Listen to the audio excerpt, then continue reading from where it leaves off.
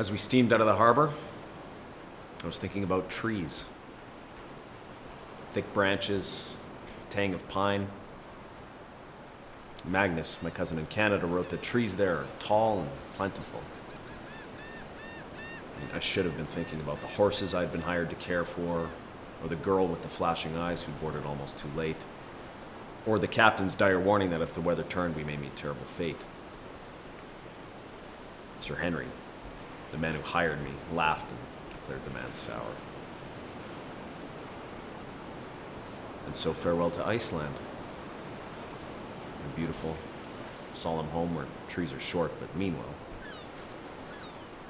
And where I have been happy. The next day the sea pitched and many took to their quarters, including Sir Henry. I remained on deck with the horses. They were close to 200 in number, with another 300 in holds below. Wind turned to gale and rain came in sheets, and I clung to horse and rail, denying icy intent of wind and spray to toss me into the sea. The waves surged in black mass, and the ship she pitched and shook from stem to stern. It was on the fifth day, just northwest of Scotland. The storm finally broke, and yet sight of land did not cheer us. The captain, in usual humor, warned of toothy rocks and strong current and said we may still meet our end. Onward we steamed as fog rolled in so thick we could see barely a vessel length ahead. We held breath and sharp comment until the captain declared us almost through. And then, horror. The mist fell away. Breakers ahead! With engines thrust in reverse and bells sounding, we ran aground. A sickening crunch, full stop.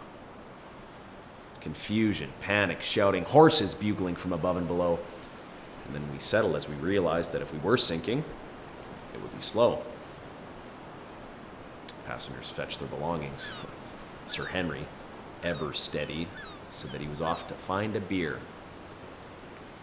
He emerged soon enough, along with panicked others as the ship began to slip,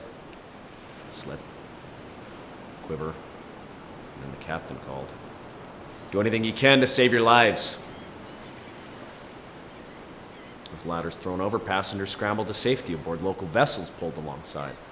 I told Sir Henry I would stay to help with the horses. And then I remembered. The girl. She'd not emerged since we'd left Iceland, and so she'd not been thought of. But in my mind, I saw her flashing eyes.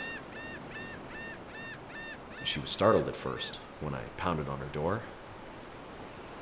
and then thanked me with sweetness.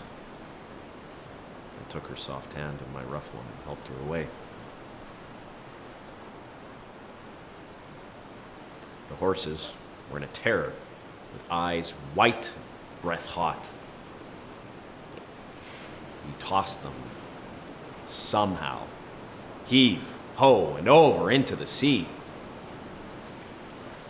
They survived, most of them. The horses below deck, many drowned. Too many. Later, safe on shore, we heard a mighty crack, and our broken steamer sank into the sea. It wasn't until I boarded the ship to Canada that I realized how close I'd come to death. And my knees began to shake. It wouldn't stop until I saw the trees.